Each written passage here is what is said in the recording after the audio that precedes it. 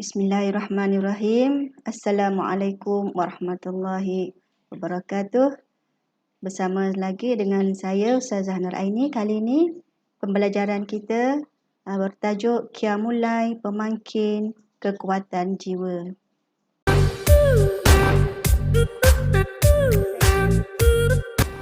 Selamat datang ke channel Ustazah Nur Aini. Baiklah.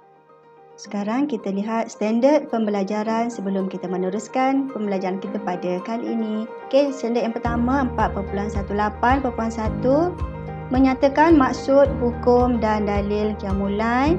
Kemudian yang kedua, di akhir pembelajaran ini, Ustazah harap anak-anak dapat menjelaskan amalan semasa Qiyamul Lail. Dan yang ketiga, 4.18.3 anak-anak dapat menghuraikan apakah kelebihan orang yang mengamalkan Qiyamul Lail. Okey, sebelum itu mari kita lihat terlebih dahulu apa itu Qiyamul Lail. Okey, maksud Qiyamul Lail ialah amalan bangun malam untuk beribadah kepada Allah Subhanahu Wa Taala. Okey, bukannya bangun malam tapi bermain game sampai awal pagi kan. Jadi itu bukanlah dikira Qiyamul Lail, tapi Qiyamul Lail ialah amalan bangun malam semata-mata untuk beribadah kepada Allah Subhanahu Wa Taala. Okey, apakah hukum? Hukumnya adalah sunat. Okey, sunat hukumnya mengerjakan Qiyamul Lail. Apa dalilnya? A'udzubillahi minasyaitonirrajim. Firman Allah dalam surah Al-Isra ayat yang ke-79. Wa minal laili fatahajjad bihi nafilatan lak asa an yab'asaka rabbuka maqaman mahmuda. Shadaqallahul azim. Ayat ini membawa maksud dan sebahagian daripada malam kamu bertahajudlah kamu sebagai solat tambahan bagimu. Semoga Tuhanmu menempat kamu di tempat yang terpuji. Jadi daripada dalil ini jelas bahawa kita sunat untuk melakukan Qiyamul Lail. Okey, kemudian ada satu lagi hadis daripada Rasulullah sallallahu alaihi wasallam. Rasulullah bersabda, yang mana hadis ini daripada Abu Hurairah radhiyallahu anhu, yang mana Rasulullah bersabda, afdalus siyami ba'da Ramadan syahrullahil muharram. Wa afdalus solati ba'dal faridah solatul lail. Jadi apa maksud hadis ini? Okey, maksudnya sebaik-baik puasa selepas puasa fardu di bulan Ramadan itu ialah puasa di bulan Muharram. Dan sebaik-baik solat selepas solat fardu 5 waktu tu ialah solat di waktu. Ini adalah hadis daripada Rasulullah sallallahu alaihi wasallam. Okey, maksudnya sebaik-baik solat selepas solat fardu ialah solat malam.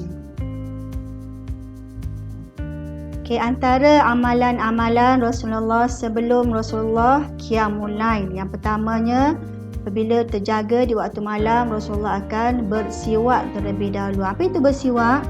Bersiwak ni maksudnya menggosok gigi, membersihkan gigi terlebih dahulu. Rasulullah menggunakan kayu sugi, tapi kita sekarang susah nak cari kayu sugi. Kita boleh menggunakan berus gigi. Gosok gigi bersih-bersih sebelum kita menunaikan solat di waktu malam. Kemudian Rasulullah memandang ke langit dan membaca ayat A'udzubillahi minasyaitonirrajim. Inna fi khalqis samawati wal ardi wa ikhtilafil laili wan nahar la ayatin liulil albab. Okey, maksudnya sesungguhnya pada pertukaran siang dan malam itu ada tanda-tanda kekuasaan Allah Subhanahu Wa Taala bagi orang yang berakal. Liulil albab, bagi orang yang berakal, dia berfikir, adakah pertukaran siang dan malam itu berlaku semata-mata pertukaran siang dan malam, tidak ada apa-apa kekuasaan? Okey, bagi orang yang berakal, dia akan fikir bahawasanya pertukaran siang kepada malam, kemudian bertukar lagi daripada malam kepada siang esoknya, itu merupakan tanda-tanda bagi Allah Maha berkuasa menjadikan siang, kemudian menjadikan malam. Menjadikan siang untuk manusia bekerja, kemudian menjadikan di waktu malam untuk manusia berehat. Okey, antara amalan-amalan yang dilakukan semasa Qiyamul Lail, amalan yang boleh kita buat semasa Qiyamul Lail ialah yang pertamanya memulakan dengan solat sunat tahajud. Memulakan dengan solat 2 rakaat, solat sunat tahajud. Kemudian kita sambung dengan mana-mana solat-solat sunat yang lain. Solat sunat hajat, solat sunat taubat, solat sunat istikharah dan juga solat sunat tasbih, kan, supaya kita diampunkan segala dosa kita yang telah lalu dan Allah menjaga kita di hari-hari yang akan datang.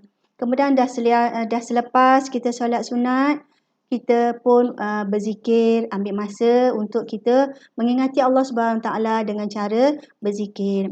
Apa-apa saja zikir yang boleh kita sebut. Contohnya subhanallah, subhanallah, subhanallah. Ataupun kita nak baca astaghfirullahalazim. Astaghfirullahalazim. Ataupun kita nak baca zikir la ilaha illallah, la ilaha illallah. Kerana afdaluz zikr la ilaha illallah. Bacalah sebanyak 33 kali ataupun sebanyak 100 kali ataupun sebanyak 1000 kali. Okay, kemudian ada lagi bacaan Al-Quran. Amalan-amalan di masa Qiyamul Lail kita boleh membaca Al-Quran, sama ada sedikit daripada Al-Quran ataupun kita membaca satu surah daripada Al-Quran ataupun kita hanya membaca surah Al-Ikhlas sahaja, itu pun dikira bacaan Al-Quran. Dan di waktu malam juga banyakkanlah kita berdoa kepada Allah Subhanahu Wa Taala. Kerana doa di waktu malam amat mustajab. Apatah lagi berdoa di waktu 2/3 malam. Hampir-hampir dah waktu pagi. Waktu yang mustajab berdoa. Antara masa yang mustajab berdoa. Jadi berdoalah kita sebanyak mungkin. Jangan kita putus asa. Doalah. Doa apa yang nak kita mohon? Mohonlah supaya kita diberkati oleh Allah kehidupan kita. Diberikan rezeki yang luas. Diberikan ilmu pengetahuan yang berguna. Dilapangkan hati kita. Doalah supaya Allah mengangkat wabak yang melanda negara kita sekarang. Supaya kita dijauhkan daripada malapetaka. Supaya kita dijauhkan daripada wabak. Berdoalah. Jangan lupa berdoalah. Berdoalah. Dan kita disudahi dengan solat sunat witir. Solat sunat witir boleh dilakukan dengan 2 salam ataupun dengan 1 salam. Okey, kemudian kita ke bahagian kita yang terakhir, iaitu kelebihan Qiyamul Lail. Apakah kelebihan orang yang melakukan Qiyamul Lail ini? Okey, yang pertamanya mendapat kemuliaan daripada Allah Subhanahu Wa Taala. Allah akan mengangkat darjatnya berbanding dengan orang-orang yang lain. Di mana di hari akhirat Allah akan mencari siapakah yang bangun di waktu malam. Okay, kemudian yang keduanya menjadi hamba-Nya yang bersyukur. Kita menjadi orang yang bersyukur kerana Allah telah beri nikmat kepada kita. Pelbagai nikmat bermula daripada kita kecil, belum tahu apa-apa, sehinggalah kita, nikmat kita besar. Pandai berjalan, pandai berkata-kata, pandai panggil ibu, pandai panggil mak kita, kan. Okay, itu pun adalah nikmat yang Allah bagi kepada kita. Jadi kita seharusnya bersyukur. Jadi sebagai tanda kita ni bersyukur, banyakkanlah sujud kepada Allah Subhanahu Wa Taala. Dan orang yang banyak sujud kepada Allah Subhanahu Wa Taala akan diberikan ketenangan jiwa. Kerana sentiasa berharap kepada Allah Subhanahu Wa Taala. Sentiasa berharap kepada keredaan Allah Subhanahu Taala. Hanya Allah sajalah tempat kita mengadu, hanya Allah sajalah tempat kita memohon pertolongan, hanya Allah sajalah tempat kita meminta sesuatu daripada Allah Subhanahu Taala. Jadi akan menimbulkan ketenangan jiwa. Walaupun manusia tak bagi, kita minta dengan manusia, tapi manusia tak bagi, tetapi mohonlah dengan Allah Subhanahu Taala. Orang yang memohon dengan Allah Subhanahu Taala, nescaya jiwanya akan jadi lebih tenang. Dan Kelebihan orang yang melakukan qiyamul lail yang keempat ialah doanya akan dimakbulkan oleh Allah Subhanahu Wa Taala kerana di waktu malam ini adalah waktu yang mustajabnya doa. Jadi mohonlah apa saja, doalah apa saja. Apa saja yang kita nak mohon kepada Allah Subhanahu Wa Taala, mohonlah. Janganlah kita rasa segan, jangan kita rasa putus asa. Ya Allah, aku dah mohon tapi Allah belum kurniakan lagi. Ya Allah, apalah dosaku ya Allah. Okey, jangan kita putus asa. Teruskan kita berdoa. Mudah-mudahan ada antara satu doa yang kita lakukan itu dimakbulkan oleh Allah Subhanahu Wa Taala. Dan yang kelima, balasannya adalah syurga Firdaus. Syurga Allah Subhanahu Wa Taala. Tiada siapa pun yang tidak menginginkan syurga Allah. Semua orang berhajat kepada syurga Allah Subhanahu Wa Taala. Semua orang berharap supaya dimasukkan ke dalam syurga Allah Subhanahu Wa Taala. Jadi, apabila kita melakukan qiyamul lail, mudah-mudahan kita mendapat rahmat daripada Allah Subhanahu Wa Taala. Mudah-mudahan kita mendapat kasih sayang Allah Subhanahu Wa Taala. Kerana dengan kasih sayang Allah Subhanahu Wa Taala itulah kita akan dimasukkan ke dalam syurga Allah Subhanahu Wa Taala.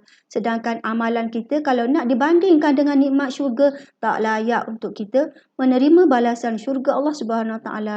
Tetapi dengan adanya kasih sayang dan rahmat Allah Subhanahu Wa Taala, kita dipilih oleh Allah untuk memasuki syurga Allah Subhanahu Wa Taala. Jadi anak-anak yang Ustazah kasih sekalian, Ustazah mengharapkan semoga pengajaran Ustazah pada kali ini dapat manfaat untuk kita bersama. Dan jangan lupa anak-anak, lakukanlah amalan qiyamul lail. Kerana dengan amalan-amalan semasa kita melakukan qiyamul lail itu boleh mendekatkan diri kita dengan Allah Subhanahu Wa Taala. Akhirnya, wabillahi taufiq wal hidayah. Wassalamualaikum warahmatullahi wabarakatuh. Sehingga kita berjumpa lagi di lain masa. Sekian, terima kasih.